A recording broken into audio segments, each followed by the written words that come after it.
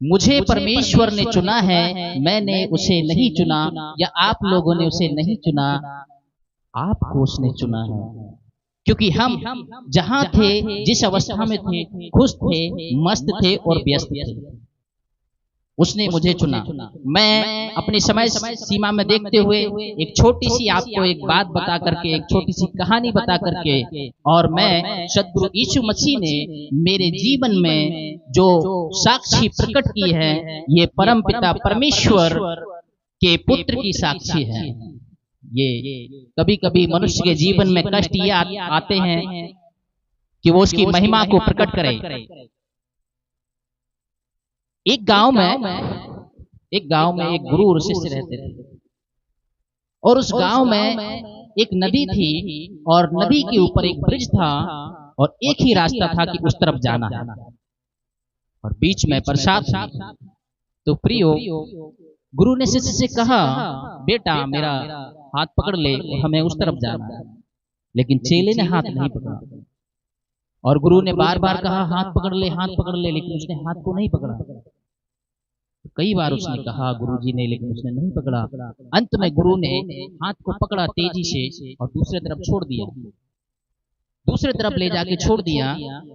और गुरु ने पूछा कि मैं तुझसे कहता था हाथ पकड़ ले, हाथ पकड़ ले, तूने हाथ क्यों नहीं पकड़ा मेरा? चेले ने बड़ा ही सुंदर जवाब दिया। चेले ने कहा, गुरुजी मुझे पता है अपने विषय में कि मैं कैसा प्राणी हूं, मैं हाथ पकड़ लेता तो छोड़ देता, और मुझे पता था कि जिसका सद्गुरु हाथ पकड़ते हैं वो कभी नहीं छोड़ते, क्योंकि उसने कहा है मैं कभी ना त्यागूंगा, कभी ना छोड़ूंगा। और मैं भी अपने आप को जानता हूं। इस कथा के जरिए, इस कहानी के जरिए मैं ये बताना चाहता था कि मैं भी अपने आप को जानता हूं कि यदि मैं यीशु मसीह को चुनता तो कभी ना चुन पाता, क्योंकि जैसे जैसे चमत्कार इसमें लिखे हुए हैं, ऐसे तो हम बहुत सारे सुनते हैं। यदि वो मेरे जीवन को न बचाता तो ये साक्षी मेरे जीवन में प्रकट ना होता। मेरा नाम सागर संगम, और मैं उत्तराखंड ऋषिकेश मेरी जन्मभूमि, और मैंने एक गुरुकुल से अपनी शिक्षा दीक्षा पूरी की, और 2 जगह से मैं साधु रहा। और जब मुझे तीसरी जगह से महंत के लिए आमंत्रण आया, उसी सुबह में, उसी रात के जो सुबह महंत होना था, उसी रात में मुझे पेट में तेज से दर्द हुआ, तो मुझे एक हॉस्पिटल में रखा गया। और उस हॉस्पिटल को छोड़कर जब हम दूसरे हॉस्पिटल में गए तो पता चला तुम्हें किसी ने नीलत होता यानी स्लो पॉइजन खिला दिया, और स्लो पॉइजन खिलाने की वजह से मेरी पूरी बॉडी में वो धीमा जहर फैल गया, तेजी से फैल रहा था। आप ये सभी जानते होंगे। तो उन्होंने एक ऑपरेशन किया, और पूरी बॉडी में 5 ऑपरेशन करके 4 ड्रेन लगाई, तो 4 ड्रेन के अंदर बाइल इकट्ठा होता रहता है। मैं आपके सामने बोल रहा हूँ, और वो 5 निशान मेरी बॉडी में है, और भी बहुत सारे निशान हैं। और मैं साधु था, और मैं एक हॉस्पिटल में 9 महीने तक एडमिट रहा। और उस हॉस्पिटल में एडमिट रहने पर मैं एक ही बात का निरीक्षण करता था कि मैं साधु हूँ और मैंने जीवन में कोई पाप नहीं किया, फिर मेरे जीवन में ये कैसे आ गया? एक बात बहुत अच्छी है, गुरुजी समझते हैं उस बात को, कि जिस घर से हम लोग आते हैं उस घर में हम लोगों को परम पवित्र व्यक्ति माना जाता है। हम पापी अपने आप को समझते नहीं, हम ये मानते हैं हम सीधा स्वर्ग जाएंगे, हम पापी नहीं हैं, क्योंकि यही हमने सीखा था बचपन से कि हम परम पवित्र व्यक्ति हैं और हम पापी नहीं, हम स्वर्ग जाएंगे। लेकिन मैंने देखा ये 4 डब्बे के साथ मैं स्वर्ग जा रहा हूँ, स्वर्ग तो बाद में जाऊंगा, मैं नर्क यही देख रहा हूँ। उस टाइम में मुझे एक नर्स जो मेरे पास आ गई, प्रियो नर्स ने कहा कि मैं क्या जीवित परमेश्वर के नाम से तुम्हारे लिए प्रार्थना करूं? मैंने कहा ठीक। लेकिन चेलों का कहना ये था, जो शिष्य थे, जिस ट्रस्ट में मैं था और वो शिष्य थे, तो शिष्यों का कहना ये था कि ये विदर्भी है, और विदर्भी शब्द आप अच्छे से समझते होंगे। बोला इसकी छू लेने से व्यक्ति बीमार हो जाता है, ऐसी भारत की धारणाएं हैं। मैं लाइव बोल रहा हूँ, ऐसी भारत की धारणाएं हैं कि इसको मत छुओ, उसको मत छुओ, ये पवित्र शास्त्र में भी लिखा है इसको मत छूना, उसको मत छूना, ये मत खाना, वो मत खाना। ऐसी हमारे बीच में बहुत ज्यादा धारणाएं हैं। लेकिन मैं कहता कि इससे अच्छा ये यही तो कहती है कि जीवित परमेश्वर के नाम से मैं प्रार्थना करूं। और उसने प्रार्थना करती रही वो, और चेले भगाते रहे। मैं अपने जीवन में जब तप यज्ञ व्रत हवन और महामृत्युंजय जाप काल सर्प दोष दूर करवाया, ये सब कुछ करवाने के बाद में, और मैं खुद कर्मकांड करना जानता हूँ।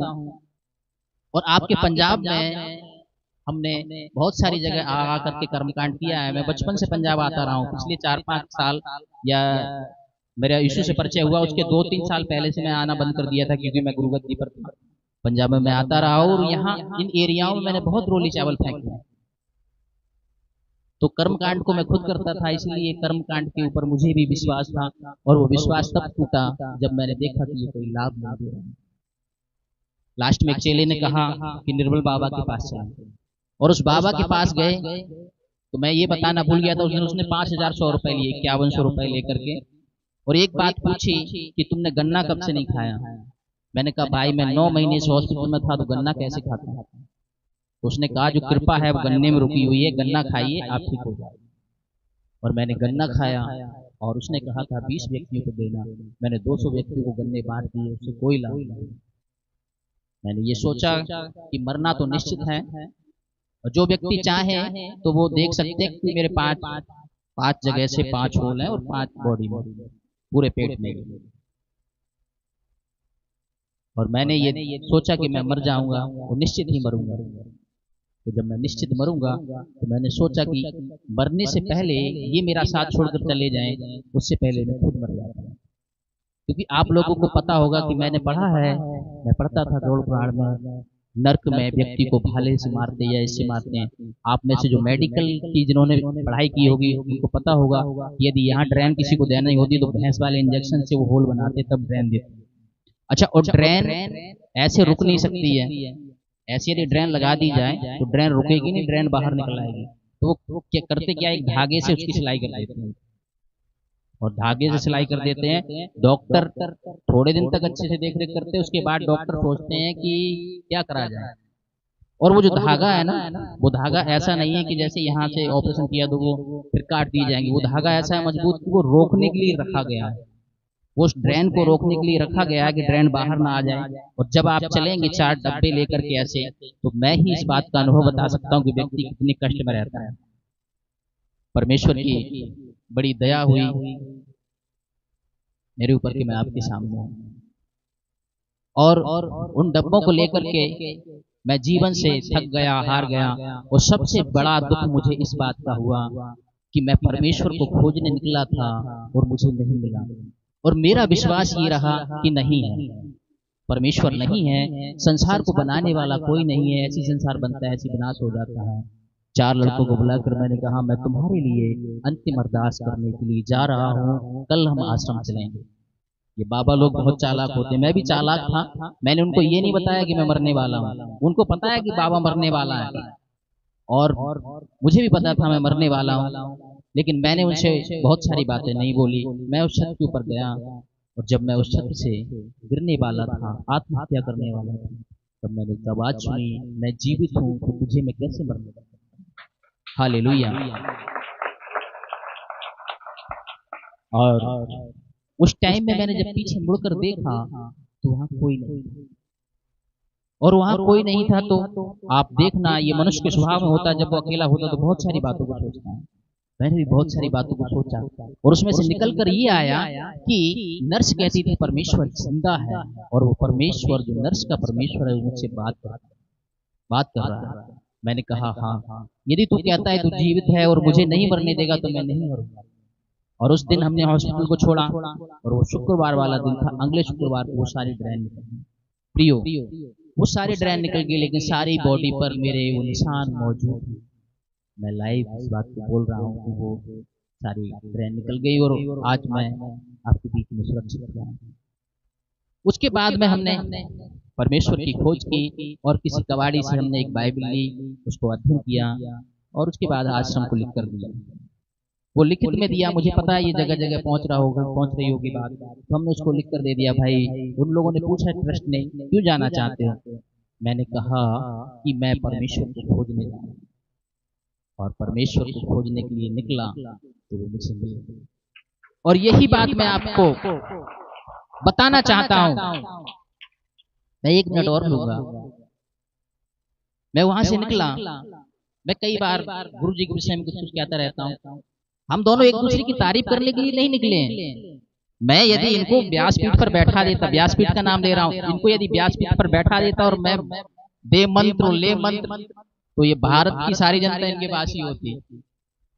हम दोनों एक दूसरे की तारीफ करने के लिए नहीं निकले हैं। वो तो मैं ये बताना चाहता हूँ कि परमेश्वर की खोज करने के लिए जब हम निकलते हैं तो सबसे पहले यीशु मसीह को भी शैतान ही मिला था, और आप लोगों को भी कोई ना कोई कभी ऐसा व्यक्ति, बहुत सारे खोज सबके जीवन में यीशु मसीह आकर के दरवाजे को खटखटाते हैं और खोलते भी आप, लेकिन कभी कभी आपको बहुत खतरनाक प्राणी मिल जाते हैं। मैं उस नर्स को खोजने गया, नर्स नहीं मिली, खतरनाक प्राणी मिल गया और मुझे बहुत बड़ी एक चोट लगी। मैं एक व्यापारी के साथ रहा और व्यापारी के साथ रहते हुए उसने एक फोन दिया था कि फोन में कुछ देख सकते। मैं उस फोन को देख रहा था तो उसमें साधु जी का गुरु जी का एक वीडियो देखा। फिर मैंने उनको संपर्क किया 2 दिन में और हम दोनों निकल पड़े।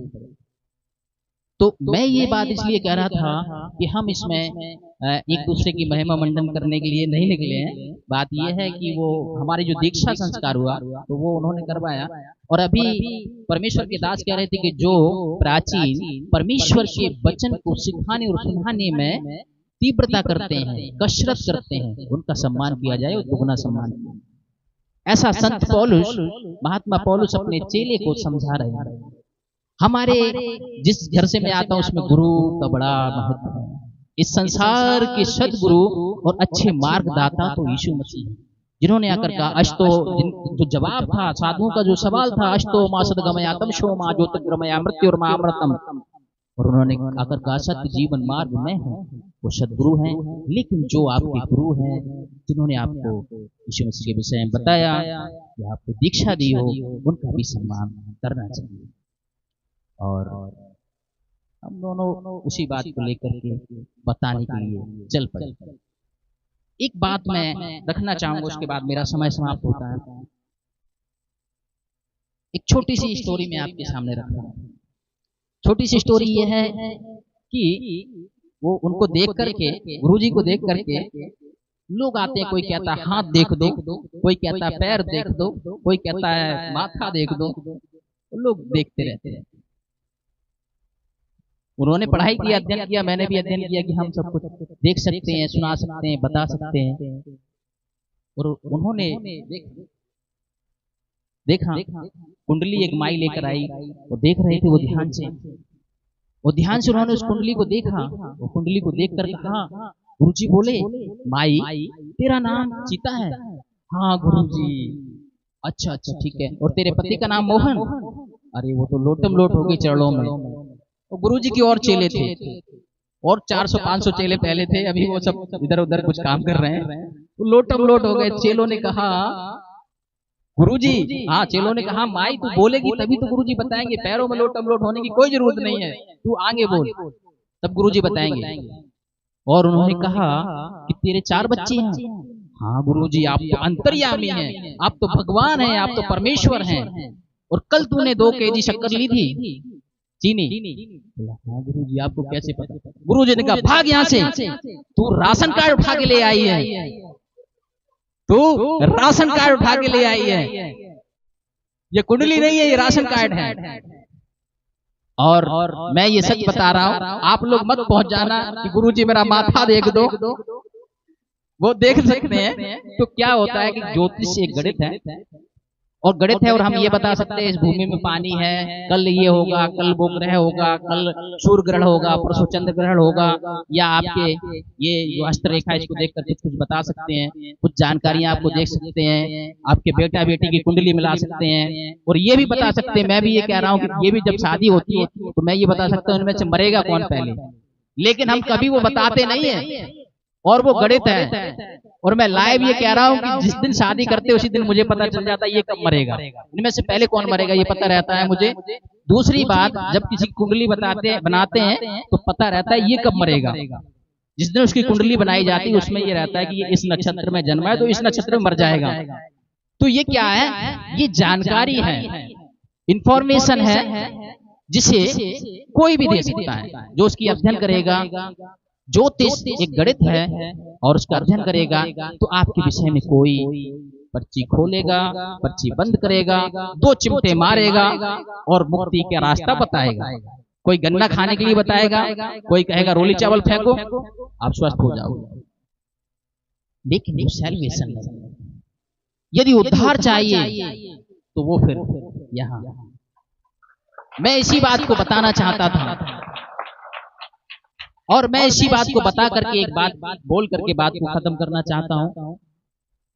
सैल्वेशन, उद्धार यहाँ, और नाना तरीके की कहानी कथाएं आपको कहीं भी मिल जाएंगी। आप और कहीं जाओगे, इसमें लिखा हुआ है कि जब उस लहू बहने वाली स्त्री को परमेश्वर के पुत्र ने चंगा किया, तो उससे ना ये कहा कि 2 लाख रुपए का चेक कटवा दे, न ये कहा अगरबत्ती के लिए पैसे दे जा, न धूप बत्ती, न एक चेक, न कहा गन्ना खा लेना।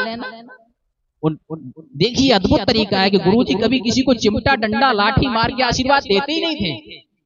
यीशु मसीह ने कभी किसी को डंडा चिमटा नहीं मारा और कभी ये नहीं कहा कि अब तू ठीक हो गया, तिमाई के पुत्र बर्तिमाई तेरी आंखें ठीक हो गई, एक बड़ा भंडारा करवाना, 2 लाख का दान दे दे मुझे, या ये वो, ऐसा कुछ नहीं कहा उन्होंने। लाजर को जिंदा कर दिया तो लाजर से ये नहीं कहा चल मेरा दास बन जा। पहले तो किसी बाबा से कोई चमत्कार होने वाला है नहीं। गलती से यदि हो भी गया तो वो दास बना लेगा अपना, गलती से यदि हो भी गया तो वो कहेगा ठीक है, वही महीना मंडल होता रहेगा उसका। और यीशु मसीह ऐसे हजारों करोड़ों चमत्कार करते हैं। वो सर्वव्यापी और सर्वशक्तिमान पिता परमेश्वर के पुत्र हैं और वो सब कुछ करते रहते हैं, उनसे सब कुछ संभव है। तो हम अच्छे तरीके से जहां थे वहां खूब अच्छे से रोली चावल फेंक सकते थे, खूब अच्छे से धन, बल, पद, प्रतिष्ठा इकट्ठी कर सकते थे, ये आप लोग जानते हैं। और वो महिमा मुझे इस महिमा की आगे बहुत छोटी होगी, इसके आगे वो महिमा बिल्कुल छोटी लगी, फीकी हो गई वो। और हम एक बात कह रहे हैं आपसे, हमारे पीछे कोई बड़ा या छोटा कोई षड्यंत्र नहीं है, और ना हम कथा करने आए हैं कि हम बाइबल की अच्छी सी कथा सुनाएं। ये लोग बैठे हुए कथा सुनाने के लिए, बच्चन को पढ़ाते सिखाते हैं, बहुत अच्छे से सिखाते हैं। मैं तो ये बताने के लिए आया हूँ कि परमेश्वर का पुत्र जीवित है, वो मरा नहीं है। मैं तो ये बताने के लिए आया हूँ आपको कि यीशु मसीह कल, आज और युगान युग एक सा है। वो है अभी, वो परमेश्वर है, उसे छोड़कर दूसरा कोई परमेश्वर नहीं है। ये बताने के लिए आया हूँ, और ये बताने के लिए आया हूँ कि कहीं मत भटकना, कहीं मत दौड़ना, कहीं कुछ हिसाब किताब नहीं है। हमने सारा कुछ पढ़ के देख लिया है। आप जो कुछ खोजेंगे वो इसमें मिल जाएगा, और जो कुछ खोजेंगे वो इसमें मिल जाएगा आपको। अंत में मैं मंगलाचरण का अंत में मैं शांति वाचन करूंगा और वाणी को विराम दूंगा। और इस बात को हमेशा ध्यान रखिए, ये रिकॉर्डिंग हो रही है। हम दोनों एक दूसरे की तारीफ करने के लिए बिल्कुल नहीं निकले हैं। वो हमसे उम्र में भी बड़े हैं और उन्होंने हमें दीक्षा दी है, और आत्मिक पिता हैं, आत्मिक फादर हैं हमारे, तो सम्मान करना बनता है। आप लोगों को भी ये लगता होगा भाई हम प्रणाम क्यों करते हैं। ये मेरी सभ्यता में है, ये मेरी सभ्यता में है कि हम एक दूसरे को प्रणाम करते हैं। ये मेरी जहाँ से मैं आता हूँ वहाँ की सभ्यता में है, और ये बात बिल्कुल निकाल दें। भारत के लोगों से मैं निवेदन करना चाहूँगा कि हम एक दूसरे की तारीफ कर करके कुछ नहीं करना चाहते, क्योंकि यीशु मसीह के चेलों को संसारिक तारीफ बिल्कुल अच्छी नहीं लगती। निकोडेमस परमेश्वर के पुत्र के पास आया और उसने कहा कि यदि परमेश्वर की ओर से तू न होता तो जैसे चमत्कार तू दिखाता ऐसे नहीं हो सकते थे। लेकिन परमेश्वर के पुत्र ने वो बात नहीं सुनी, दूसरी बात बता दी। यदि आप या हम परमेश्वर के पुत्र हैं तो कभी भी अपनी तारीफ करने की कोशिश नहीं करेंगे, क्योंकि यीशु मसीह ने भी अपनी तारीफ नहीं सुनी। लास्ट बात यह है कि एक बड़ा मुद्दा रहता है धर्म धर्म धर्म, और धर्म अधर्म नाम की कोई चीज नहीं होती है। हम लोग जहां से आते हैं वहां खूब सारा उत्पाद कर सकते थे। आज वही वस्त्र में उसी तरीके से हमारे ये धर्म अधर्म की कोई हमारे पास डेफिनेशन, कोई परिभाषा नहीं है। हमने सिर्फ यीशु मसीह को साक्षात्कार किया और साक्षात्कार करके हम बताने के लिए निकल पड़े। आज भी हमारे उसी जीवन पर हम चलते हुए निकल रहे हैं, उस जीवन को कर रहे हैं। हम शांति वाचन करके बात को विराम देंगे और फिर आपको मिलेंगे तो एक और कहानी सुनाएंगे। एक कहानी है, टाइम हो गया, मैं शांति वाचन करके बात को विराम दूंगा। पूर्णमदा पूर्णमदम पूर्णात् पूर्णमुच्यते पूर्णस्य पूर्णादाय पूर्णवशिष्यते पूर्णादर्वे परापश्य पूर्णापूर्णापदवस्नैन विक्रमः वासत्क्रमात् स्वाहा। धो शांति रक्षति शांति पृथ्वी शांतिरापः शांति योग्य शांति वनस्पतयः शांति विश्वदेवः शांति ब्रह्म शांति सर्वागुं शांति शांति रेशामा शांति। बोलिए सद्गुरु यीशु महाराज की, परमेश्वर पुत्र की, सच्चे चरवाहे की, परम पिता की, पावन आत्मा की, जीवन ज्योति की, जीवन रोटी की जय जय जय हो। हालेलुया। आप लोगों ने हमें समय दिया, इतनी देर तक बर्दाश्त किया, इसके लिए धन्यवाद। और मेरी बातों से किसी को कोई आघात पहुंचा हो, कोई चोट लगी हो तो मैं क्षमा चाहता हूं। और ये मेरी साक्षी थी जो सद्गुरु ने मेरे जीवन में काम किया। हालेलुया।